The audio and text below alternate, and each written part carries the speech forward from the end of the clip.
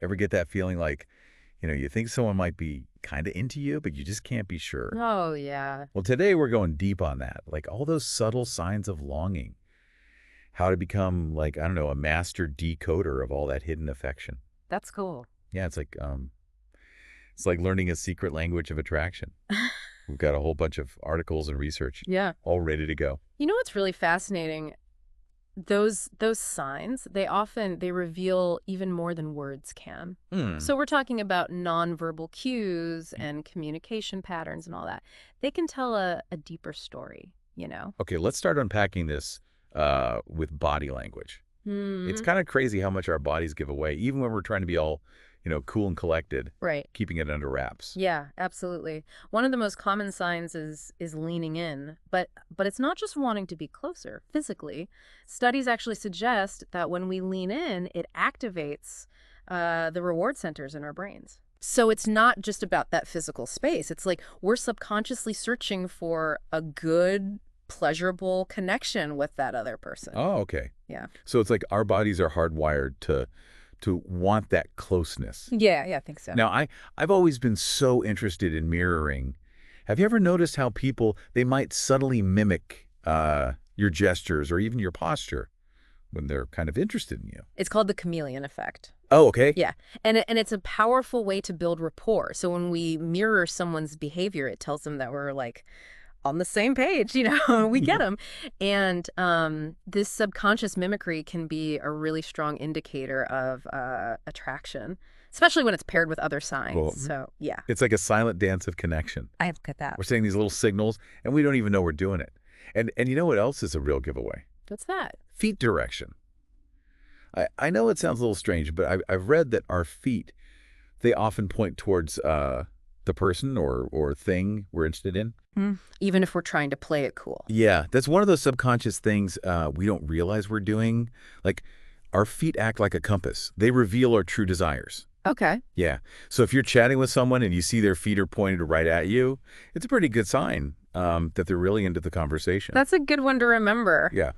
I'll have to pay more attention to that. Don't forget about eye contact, though. Yeah. There's nothing quite like locking eyes with someone for a beat too long and feeling that undeniable spark. Oh, yeah.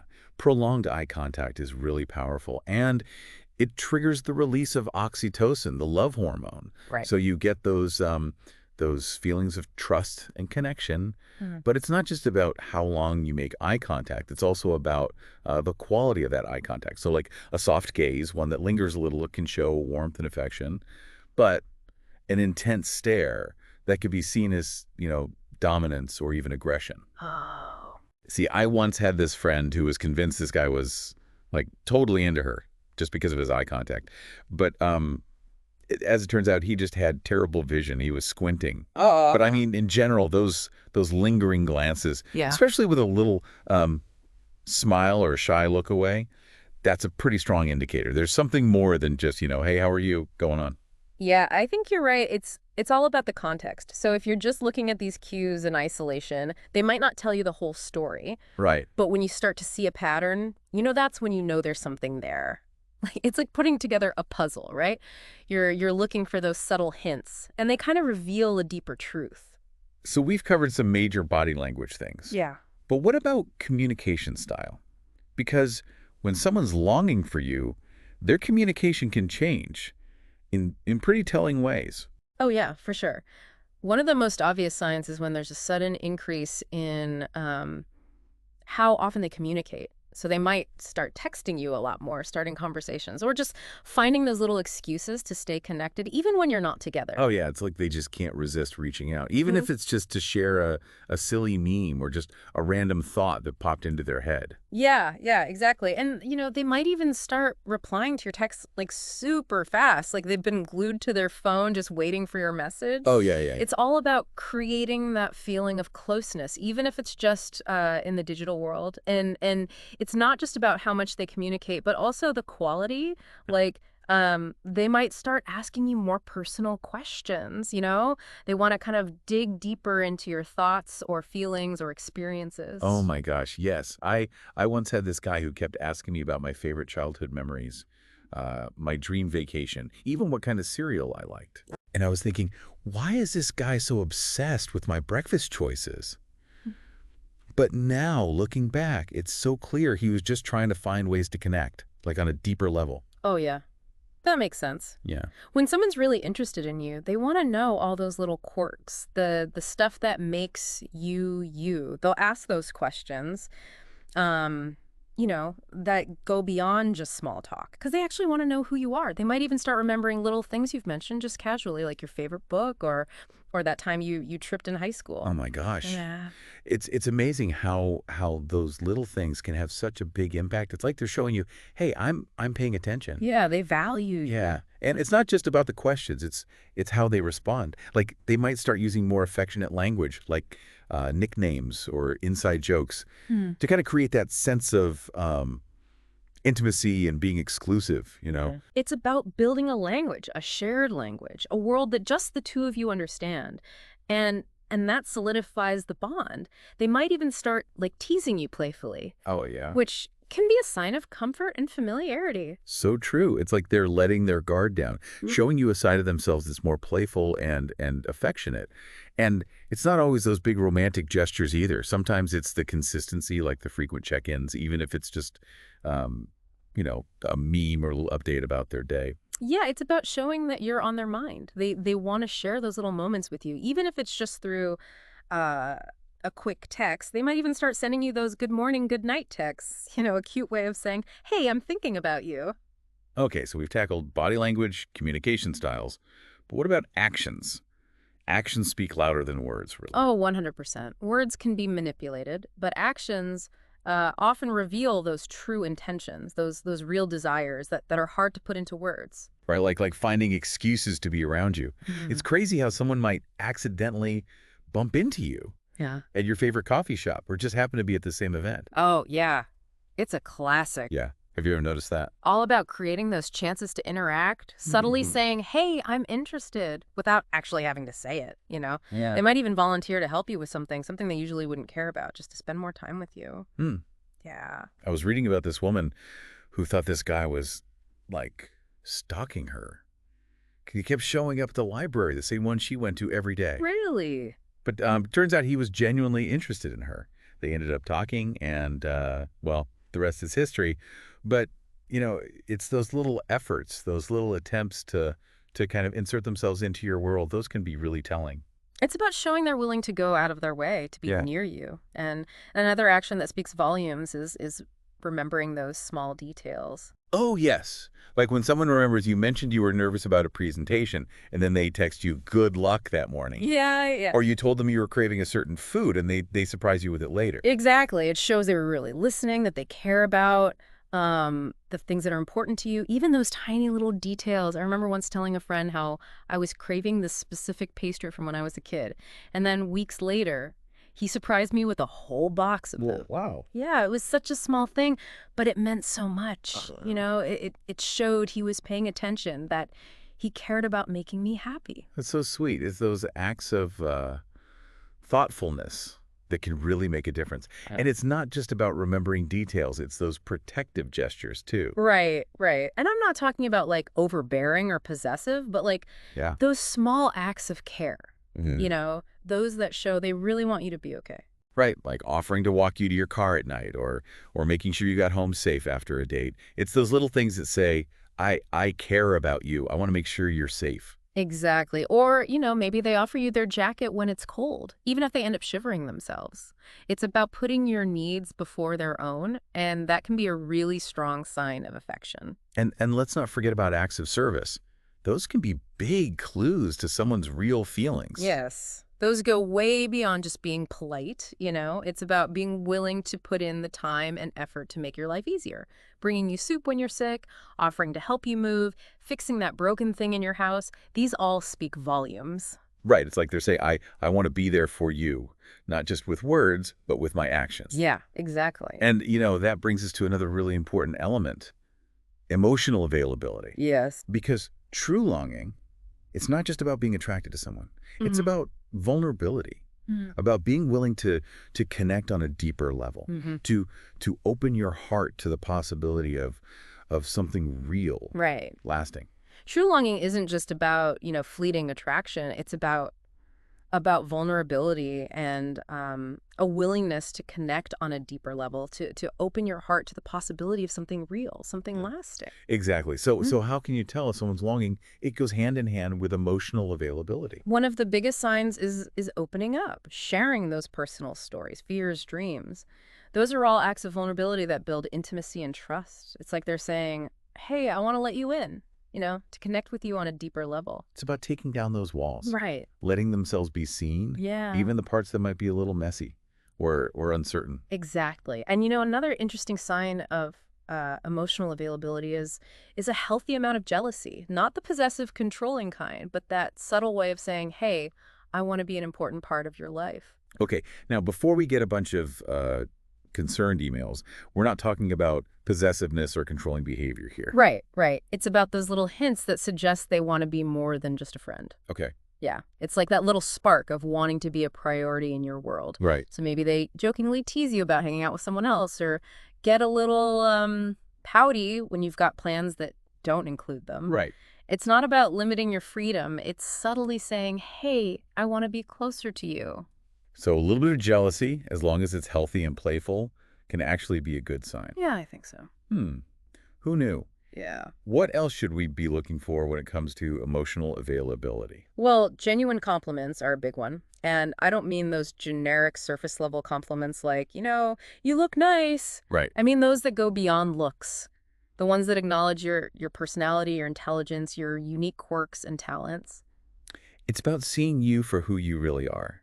Exactly. It's those compliments that make you feel seen and understood, that warm you from the inside out. Like when someone tells you they admire your work ethic or, think your sense of humor is hilarious. Right. It's about those specific, personalized compliments that show they've been paying attention, that they genuinely appreciate who you are. And sometimes those compliments might even come in the form of like teasing or playful banter. Oh, for sure. Sometimes the people who care about us the most are the ones who tease us. Yeah, yeah. It's like that playful back and forth that creates intimacy, but even in those moments of teasing, there's a layer of affection and respect. It's about knowing that the teasing comes from a good place, Mm. you know, not from wanting to hurt you. It's like this shared understanding that you can joke around without, taking it too seriously. Oh, Okay, so we've got opening up, jealousy, genuine compliments. What's the final sign of emotional availability we should be watching for? well, it's a simple one, but it's really powerful. Making future plans. Yeah. Even if it's something casual, like suggesting you check out that new restaurant together or go for a hike next weekend. It shows they want to keep the connection going to build a shared future. It's about moving beyond those fleeting interactions Hmm. and creating a path for something more lasting. Exactly. And sometimes those future plans, they're hidden in like innocent suggestions, like, "Oh, I've been wanting to see that art exhibit. You should come with me sometime." Right, right. It's not always this big romantic gesture. Sometimes it's those subtle invitations to spend more time together, to make memories and have those shared experiences and those shared moments. Those are the building blocks of a strong, lasting relationship. Yeah. Yeah, absolutely. So listeners, pay attention to those future plans. No matter how small they might seem, they could be a peek into a beautiful future. It's about creating this tapestry of shared moments, a story that unfolds over time, and that's where things get really interesting. Okay, so we've talked about emotional availability, but now I want to shift gears a bit. I want to talk about something that can be, well, equally revealing: inconsistencies. Oh, yeah, those times when someone's words and their actions just don't match up, those can be tricky. Because let's be honest, we've all been there when someone's saying all the right things, but their actions are telling a different story. Oh, yeah. Or the other way around. They might be super attentive one day and then poof, they're gone for days. Yeah, it can be confusing. And those inconsistencies can drive you crazy. It's like, what are you supposed to believe? The words or the actions? Well, the thing is, inconsistencies often show a lack of clarity, maybe on their part, maybe on ours. We might be misreading their behavior, or they might not be sure about their own feelings. So how do we make sense of those mixed signals? How do we know what's really going on? Well, I think the first step is to acknowledge those inconsistencies. Don't try to explain them away or pretend they're not happening. Be honest with yourself about what you're seeing. Right. Because sometimes we can get so caught up in what we want that we miss those red flags. Exactly. We might tell ourselves they're just busy or bad at expressing their feelings, but the truth is, consistent effort is a basic sign of real interest. Right. If someone truly longs for you, they'll make an effort to be there, both in their words and their actions. Yeah. They won't leave you guessing, Yeah. they won't keep you waiting, and they definitely won't make you feel like you're not a priority. Right. So if you're noticing a pattern of inconsistency, it's important to take a step back and ask yourself some tough questions. Yeah, I think so. Like, are they showing up for you consistently? Are they making an effort to communicate clearly and honestly? Do their actions back up their words? Right. And if the answer to any of those is no, it might be time to rethink things. It's not about giving up on someone you care about. It's about protecting your own heart, Yeah. your emotional well-being. Because you deserve to be with someone who's willing to meet you halfway. Someone who's clear and consistent in their affection and their intentions. And sometimes the kindest thing you can do for yourself is to walk away from something that's causing you more pain than joy. So true. Remember, listeners, you are worthy of love and respect. Don't settle for anything less. Yeah, and if their actions aren't matching their words, it's a sign that they might not be the right person. At least not right now. Okay, we've talked about inconsistencies. Hmm. Now I want to get into something that can be both exciting and nerve-wracking: reciprocation. Because, let's face it, once you've figured out those signs, the big question is, how do I let them know I feel the same way? That's when the real fun begins. Yeah. It's time to, take those observations and turn them into actions. Right. Because sometimes the best way to find out if that longing goes both ways is to take a chance and put yourself out there. Exactly. And it doesn't have to be this grand romantic gesture. Sometimes the best way to show you feel the same is through subtle mirroring. I love that. Yeah. Like, if they've been leaning in, you lean in too. If they've been asking those deep questions, show them you're curious too. Ask about their dreams, their passions. Right. And if they've been the one to reach out, don't be afraid to send that first text or suggest hanging out. It's about showing them, hey, I'm interested too. I'm open to seeing where this goes. Yeah. Yeah. And, sometimes the best way to show you feel the same way is to just be a good listener. Hmm. Really listening shows someone you care about what they think and feel. Huh. It's making eye contact, asking those questions to make sure you understand, and really engaging with what they're saying. You're creating a space where they feel safe to be themselves. Right. And that feeling of safety and trust, that's the foundation of any meaningful connection. Absolutely. But while we're talking about putting yourself out there, we also need to talk about boundaries. Oh, absolutely. It's easy to get caught up in that excitement of No, a exactly. possible new connection, and we might end up compromising our own needs or our values. So it's about knowing what you're comfortable with, both physically and emotionally. Right. Yeah. And don't be afraid to say those boundaries out loud, respectfully, of course. Yeah. A healthy relationship, it's built on mutual respect and understanding, not one person constantly sacrificing what they need for the other. So true. Remember, listeners, reciprocation is a two-way street. It's about finding that balance between expressing your interest and honoring your own boundaries. And if they're not respecting your boundaries, that's a big red flag. Yeah. It means they might not be as emotionally available or as invested in the connection as you are. And in those situations, you got to put yourself first and walk away. Because you deserve to be with someone who values you, who respects your boundaries, and who's ready to meet you halfway. Okay, so we've covered reciprocation, but now I want to talk about something that can cause a lot of anxiety: rejection. Ah, yes, the dreaded R word. Because putting yourself out there, expressing your interest, that takes guts. And with courage comes the risk of getting hurt. Absolutely. Rejection is just part of life, and it happens a lot in, romantic relationships because, let's be real, we're not going to be everyone's cup of tea. True. And that's okay. It's about understanding that compatibility, it's complicated. Just because someone isn't interested in a romantic thing doesn't mean anything's wrong with you. Right. It just means you're not the right fit at this moment. Right. And that's okay. There are billions of people out there. The odds of finding someone who's perfectly aligned with you are pretty slim. So instead of seeing rejection as a personal failure, try to see it as a chance to learn and grow. Yeah, exactly. What can you learn from this? What are your non-negotiables? What are your deal breakers? And remember, being rejected doesn't make you any less worthy or lovable. It just means this specific connection wasn't meant to be. And sometimes rejection can be a blessing in disguise. Oh, for sure. It might hurt at first, but it can also lead you down a better path, one that's more aligned with what you really want. Right. It can even make room in your life for someone who's actually ready to love you back. So don't let the fear of being rejected stop you from expressing your interests or chasing those connections that feel good. Because the chance of getting your heart broken, it's it's so much smaller than the potential of finding real love. Yeah, I think so. And, sometimes rejection can even lead to unexpected friendships. Oh, absolutely. Just because someone doesn't want to date you doesn't mean they can't be a cool part of your life. Right.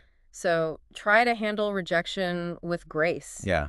It's not the end of the world, it's just a redirection. And who knows? The person who rejects you today might be your biggest fan tomorrow. Yeah, you never know. Okay, so we've talked about rejection, but now I want to explore something that can be just as tough. Unrequited love.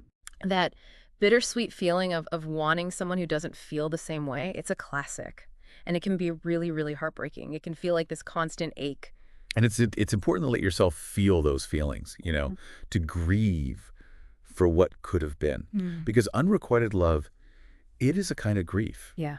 It's grieving a future, a dream that won't happen. It's important to remember that unrequited love doesn't make you any less worthy or lovable. Right. It simply means this specific connection wasn't meant to be. Mm. And that's okay. There are billions of people on this planet. So instead of dwelling on what could have been, try to shift your focus to what is. Yeah, good What point. brings you joy? What are you passionate about? What are Yeah. your goals and dreams? Surround yourself with people who love and support you. Yeah, yeah. Spend time doing things that make you feel alive. Because in the end, the best way to heal from unrequited love is to focus on loving yourself. So true. Because when you love yourself, you attract people who love you back. And you create a life that's full and meaningful, no matter what your relationship status is. So if you're going through this, remember you're not alone. Talk to your friends, your family, get professional help if you need it. And most importantly, be kind to yourself. Because healing takes time. Let yourself grieve, learn, and grow from this experience. And trust that in time, you'll find a love that's mutual, a love that feeds your soul. Yeah, a love that makes your heart sing. Back again for a deep dive into the subtle signs of longing. We've already uncovered a whole bunch of insights on body language, changes in how people communicate, and actions that speak way louder than words. But there's always more to dig into, you know. Because figuring out these hidden affections, it's like solving a puzzle, a really fascinating one. And we're here to help you crack the code. Become a master decoder of these signs. Exactly. Yeah. So let's talk about the importance of context. Because a behavior that might be like, I'm so into you, in one situation could mean something totally different in another. Oh, yeah. Big time. Right. Like imagine you're at a party and someone's giving you the eye from across the room. Could totally be a sign of attraction. Right. But what if you're in a business meeting and your boss is giving you that same look? Well, maybe they're just trying to be the boss, you know, Yeah. assert their authority. Or maybe they're just really passionate about spreadsheets. Okay, yeah, that makes sense. So it's super important to consider the environment, the relationship dynamic, all those little things. They help you get the real meaning. Right. A wink at a bar versus a wink from your grandma. Those are two different things. Totally different messages. Yeah. And culture can play a huge role too. Oh, yeah, for sure. What might be considered flirty in one culture could be totally innocent in another. That's so important to remember. Like in some cultures, touch is super common, a way of showing warmth and affection. Yeah. But in other cultures, it's only for people who are really close. Exactly. So if you're interacting with someone from a different background, it's always best to be cautious and not jump to conclusions. Okay, so we've got context and culture. But what about individual personality? Does that matter in how we express and understand these subtle signs? Totally. Some people are just naturally more touchy-feely, while others need their space. Some are super expressive with words, others are more, I don't know, reserved, subtle. So it's not a one-size-fits-all thing. You have to think about each person's unique personality and how they communicate. Yeah, for sure. And here's another key thing. We got to be aware of our own biases. You know, what we're projecting onto the situation. That's interesting. If we're really hoping someone is into us, we might misinterpret what they do or say as, like, signs of affection, even if they're not. It's like we're seeing what we want to see, not what's actually there. Yeah, like those rose-colored glasses. Everything seems a little rosier than it actually is. Right, right. So how do we avoid falling into that trap? How do we check ourselves and see things clearly? Well, first of all, honesty. with ourselves? Are Huh. we basing our interpretation on real evidence, or are we letting our hopes and fantasies cloud our judgment? That's a tough question, but an important one. Because in the end, we want relationships built on reality, Yeah. not wishful thinking. For sure. And sometimes the best way to get that clarity is just to be direct. As much as we love analyzing those little signs, sometimes you just gotta ask. I know it can be scary putting yourself out there like that, but I guess sometimes being a little vulnerable can get you a long way. Totally. Might feel awkward at first, but it's worth it. Yeah. Clear communication can save you a lot of time, energy, and heartache. Instead of stressing over those mixed signals, why not just go for it? You could say, "Hey, I've noticed some things, and I'm wondering if you'd be open to exploring something more." That's great. Yeah. It's straight to the point, honest, no room for misunderstanding. And even if the answer isn't what you were hoping for, at least you know. Exactly. You can move forward with confidence. You put yourself out there and you honor your feelings. And hey, you never know, that honesty might lead to some surprises. Maybe they were feeling the same way but too scared to say anything. Right. Or maybe your honesty sparks something new or something they hadn't thought of before. It's true. Sometimes a little vulnerability can open up all sorts of possibilities. Okay, so we've talked about context, culture, personality, avoiding those projections, and just being direct. Yeah, it's like we've been given a whole toolbox for figuring out attraction and connection. But there's one more tool I think we need to add in there. Intuition. Oh, that's so key. Because in the end, we know our own hearts better than anyone. We know deep down if there's a real connection, if the feelings are mutual. Yeah, that gut feeling. It's like our internal compass leading us towards the right relationships. I love that. So listeners, while you're out there trying to understand those signs of longing, remember to trust your gut. If something feels off, it probably is. And if something feels right, well, that's worth exploring. Absolutely. Now, let's switch gears a bit and talk about something that often comes up when we discuss attraction: the friend zone. It's a term we hear a lot, and it can be a source of frustration and confusion. Okay, let's unpack this. What does it actually mean to be friend-zoned? Basically, it means one person wants a romantic relationship while the other just wants to be friends. Right, and that can be a tricky situation, especially if you're the one with those unrequited feelings. It's hard to watch someone you care about fall for someone else, or to feel stuck in a friendship that won't become something more. Yeah, and there's all this pressure, especially for guys, to avoid the friend zone at all costs. Like it's the ultimate failure, a sign you're not good enough to be someone's romantic partner. But friendships can be so amazing on their own. And sometimes the best romances start as friendships. 100%. Being someone's friend is not a consolation prize. It's a privilege to be part of their life, to share their ups and downs, to support them through thick and thin. So how do we handle the friend zone gracefully for ourselves and the other person? Honesty is key. Be honest with yourself about your feelings. If you have romantic feelings for a friend, admit it to yourself. Figure out where those feelings are coming from. Right, and then you decide if it's worth the risk to the friendship to say something. Exactly. And if you do decide to share your feelings, be ready for anything. Because there's no guarantee they feel the same way. Right. And if they don't, you have to respect their decision and those friendship boundaries. Yeah. It might take a while to adjust, but with good communication and respect, you can stay friends, even if those romantic feelings aren't there on both sides. And sometimes those unrequited feelings just fade away, especially if you focus on other relationships and things you love to do. It's about realizing your worth doesn't depend on one person's feelings. Okay, so we've covered the friend zone. Now, what about the difference between platonic and romantic love? Oh, this is an interesting one. Both are about deep care and respect, but they show up differently. Right. So how can we tell the difference? Well, one big thing is physical attraction. Romantic love usually has that desire for physical intimacy, while platonic love doesn't. Okay, that makes sense. But it's not always so clear-cut, is it? Can't you be attracted to a friend without wanting to date them? Oh, for sure. Relationships are messy. You can totally find someone hot without wanting to be romantic with them. And the other way around, you might not feel that spark, but you connect deeply on an emotional and intellectual level. So physical attraction is one part of it, but not the whole picture. What else is different between platonic and romantic love? Well, romantic love usually wants to be exclusive. Like you only want to be with that person, and you get jealous if they're interested in someone else. Right. But platonic love is more open. You can have those close, loving friendships with many people without any competition or jealousy. And those friendships can be so fulfilling. They give you a sense of belonging, support, unconditional love, just as important as romantic love. Totally agree. And another difference is the intensity of the emotions. Romantic love can be a roller coaster, with passion, excitement, longing, jealousy, heartache. Platonic love is more grounded, steady. Like a raging fire versus a comforting flame. Both warm you up, but in different ways. That's beautiful. And, the lines between platonic and romantic love can blur. A friendship can turn romantic, or a romance can settle into a deep friendship. So it's not always about putting labels on things. Human connection is always changing. Exactly. It's about appreciating how complex relationships are and letting them unfold naturally.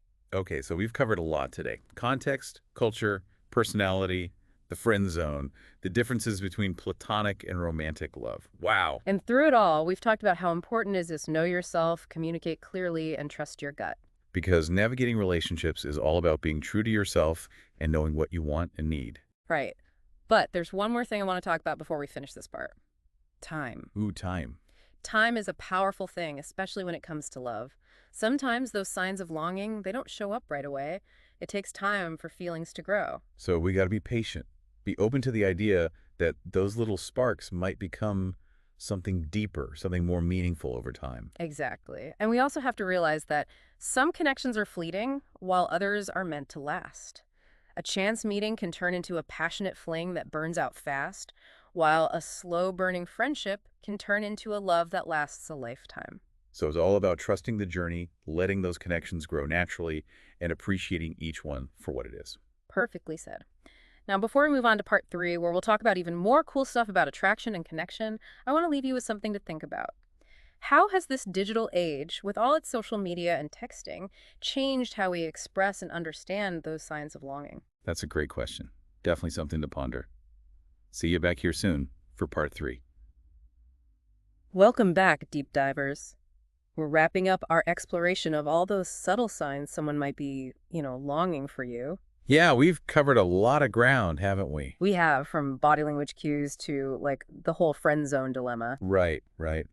And before we wrap up this whole deep dive, I want to circle back to that question we posed at the end of part 2. Oh, yeah. The one about how the digital age, with all its social media and texting, has kind of changed the way we express and understand those signs of longing. Exactly. Because, technology has definitely changed the whole relationship game. So, yeah, absolutely. I mean, think about it. We've got, like, social media platforms, dating apps, instant messaging. It's a whole new world for making connections. It really is. And with that new world comes a whole new set of rules, a new language of love, even. So how has this digital shift, like, impacted those subtle signs? Well, for starters, it's created a bunch of new ways to show interest, like liking someone's posts on Instagram or sliding into their DMs. Exactly. Those are like subtle digital flirts. You can test the waters without being too direct. Right, right. It's like a virtual wink or a well-placed emoji. Uh-huh, yeah. And then there are all those dating apps specifically designed to help people connect romantically. Oh, yeah, swiping right. That's a pretty clear sign of interest. Right. It takes all the guesswork out of those, like, old school dating rituals. But, here's the thing. With all this digital communication, it can be tricky to really know what someone's intentions are. Oh, absolutely. Like, on Instagram doesn't mean someone's head over heels for you. Right, and a match on a dating app doesn't mean you're going to have that spark in real life. So gotta take those digital cues with a grain of salt. Yeah, don't read too much into them until you've actually spent time with the person face to face. Exactly, because it's those real-life interactions that really tell you how someone feels. When you're actually with someone, you pick up on those subtle cues, like their body language, their tone of voice, that eye contact. Yeah, all those nonverbal things, they tell you way more than a text message ever could. So while the digital age has given us more ways to connect, we got to remember that real connection, it happens in the real world. For sure. It's about moving past those online interactions and actually spending time with each other. Okay, so we've covered technology's influence on those subtle signs of longing. Yeah, but I want to shift gears a bit now. Let's talk about something that can be super tough to deal with. Oh, what's that? The dreaded love triangle. Oh, no. Yeah, all those tangled emotions when you've got like two or more people all vying for the same person's affection. It's a classic story, but it can be messy. It really can. Leads to drama, heartache, confusion, the whole nine yards. So how can we tell if we're stuck in a love triangle? Well, one of the biggest red flags is mixed signals. Right, so you're getting these confusing vibes from the person you like, Yeah, one minute they're all over you, the next they're distant. and you're left wondering what's going on. Hmm, right. Another warning sign is like a lack of transparency. Like they're being shady about their relationship status or who they're hanging out with. Exactly. They might downplay their connection with the other person, try to make it seem like no big deal. And then there's the whole jealousy thing. Oh, yeah. You might feel possessive, insecure about how they interact with someone else. Yeah, and you might even find yourself comparing yourself to that other person, feeling inadequate, maybe? Oof, that's tough. So what can you do if you're caught in this love triangle? Well, the first thing is to admit how you feel. Right. Don't try to bury those emotions or pretend everything's fine. Talk to someone you trust, a friend, family member, maybe even a therapist. Having that safe space to process everything is so important. And once you've done that, it's time to have a real, honest talk with the person you like. Right. Express what's bothering you. Ask them to be clear about what they want. Exactly, because you deserve to be with someone who's all in, someone who's not stringing you along. Remember, you are worthy of love and respect. Don't let someone else's indecision make you feel otherwise. Sometimes the best thing you can do is walk away from a situation that's causing you more pain than joy. So true. If you're in a love triangle, put your own well-being first. And remember, there are plenty of other fish in the sea. Okay, so we've talked about the digital age love triangles. Yeah, but there's one more thing I want to explore before we wrap up this deep dive. Ooh, lay it on me. The power of vulnerability. Ah, yes. Hmm. Because being vulnerable, that's at the core of any real connection. It really is. It's about letting your guard down, letting someone see the real you, even the parts that might feel a little messy or uncertain. Yeah, it's about taking a risk, opening yourself up to the possibility of rejection, heartbreak, all that. But it's also about opening yourself up to incredible intimacy, deep connection, and that unconditional love. So how do we cultivate vulnerability in our relationships? Well, it starts with knowing yourself. Understanding your fears, your insecurities, those past experiences that might be holding you back. Right. It's about acknowledging those parts of yourself that you might want to hide. And then it's about taking baby steps towards opening up. Yeah. Maybe share something personal with a close friend or family member. Tell someone you like how you really feel. It's about letting yourself be seen, letting yourself be loved for who you truly are. And remember, vulnerability isn't weak. No, it takes strength and courage. It shows authenticity. It's the key to unlocking those deepest levels of connection. So as we wrap up this whole deep dive into those subtle signs of longing, remember, the most important sign is the willingness to be vulnerable. To open your heart to love, even when it feels scary or uncertain. Because, love is a risk worth taking. Absolutely. And the rewards they're just incredible. Thanks for joining us on this journey of exploration.